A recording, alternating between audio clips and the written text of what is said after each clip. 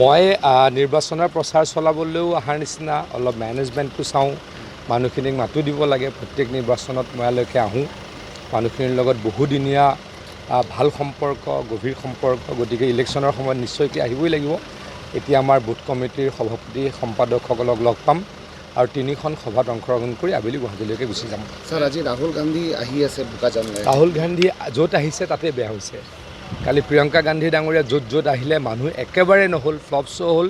উল্টাই কংগ্ৰেছৰ বেয়া হ'ল বা তেওঁলোকৰ মহাজোঁটৰ বেয়া হ'ল।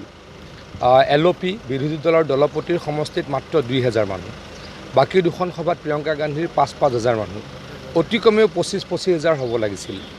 আগতে তেওঁলোকে কয় তেওঁলোকৰ সভাত কিয় মানুহ নহয়, আমি বোলে স্কিম কাটি দিম বুলি কওঁ।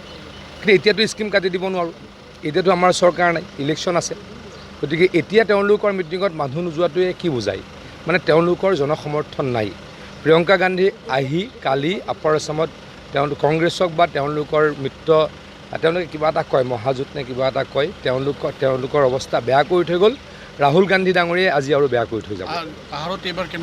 5টা চিটৰ ভিতৰত 5টা চিট দেখিম। মই পৰহি দিনাখন আমৰিলৈকৈ গৈছিলোঁ, আজি ইয়াতো দেখিছোঁ, কালি ৰাতিও লগ পাইছোঁ কাৰ্যকৰ্তাসকলক। বহুত ব্যক্তিয়ে ইতিমধ্যে কংগ্ৰেছ আৰু APSC CLC এৰি বিজেপিত ইতিমধ্যে যোগদান কৰিছে। আপোনালোকে দেখি আছে ডিষ্ট্ৰিক্ট কংগ্ৰেছত 2খন জিলাত মানুহ নাইকিয়া হৈ গৈছে। গতিকে আমি নিশ্চিতভাৱে ক'ব পাৰোঁ যে 5টা সমষ্টিৰ ভিতৰত 5টা সমষ্টিত জিকিব।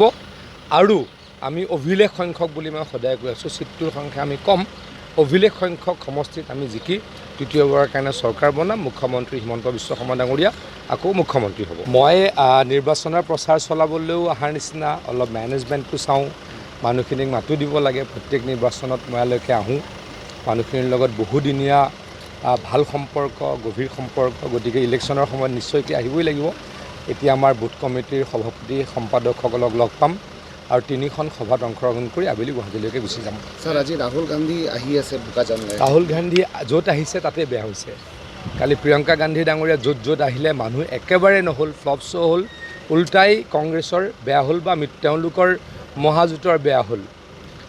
LOP বিৰোধী দলৰ দলপতিৰ সমষ্টিত মাত্ৰ 2000 মানুহ, বাকী 2খন সভাত প্ৰিয়ংকা গান্ধীৰ 5,000 মানুহ, অতি কমেও 25,000 হ'ব লাগিছিল। আগতে তেওঁলোকে কয় তেওঁলোকৰ সভাত কিয় মানুহ নহয়, আমি বোলে স্কিম কাটি দিম বুলি কওঁ। কিন্তু এতিয়াতো স্কিম কাটি দিব নোৱাৰোঁ, এতিয়াতো আমাৰ চৰকাৰ নাই, ইলেকশ্যন আছে। গতিকে এতিয়া তেওঁলোকৰ মিটিঙত মানুহ নোযোৱাটোৱে কি বুজায়, মানে তেওঁলোকৰ জনসমৰ্থন নাই। প্ৰিয়ংকা গান্ধী আহি কালি আপাৰ আছামত কংগ্ৰেছক বা তেওঁলোকৰ মিত্ৰ তেওঁলোকে কিবা এটা কয়, মহাজোঁট নে কিবা এটা কয়, তেওঁলোকৰ অৱস্থা বেয়া কৰি থৈ গ'ল। ৰাহুল গান্ধী ডাঙৰীয়াই আজি আৰু বেয়া কৰি থৈ যাব। 5টা চিটৰ ভিতৰত 5টা চিট দেখিম। মই পৰহি দিনাখন আমৰিলৈকৈ গৈছিলোঁ, আজি ইয়াতো দেখিছোঁ, কালি ৰাতিও লগ পাইছোঁ কাৰ্যকৰ্তাসকলক। বহুত ব্যক্তিয়ে ইতিমধ্যে কংগ্ৰেছ আৰু APSC CLC এৰি বিজেপিত ইতিমধ্যে যোগদান কৰিছে। আপোনালোকে দেখি আছে ডিষ্ট্ৰিক্ট কংগ্ৰেছত 2খন জিলাত মানুহ নাইকিয়া হৈ গৈছে। গতিকে আমি নিশ্চিতভাৱে ক'ব পাৰোঁ যে 5টা সমষ্টিৰ ভিতৰত 5টা সমষ্টিত জিকিব।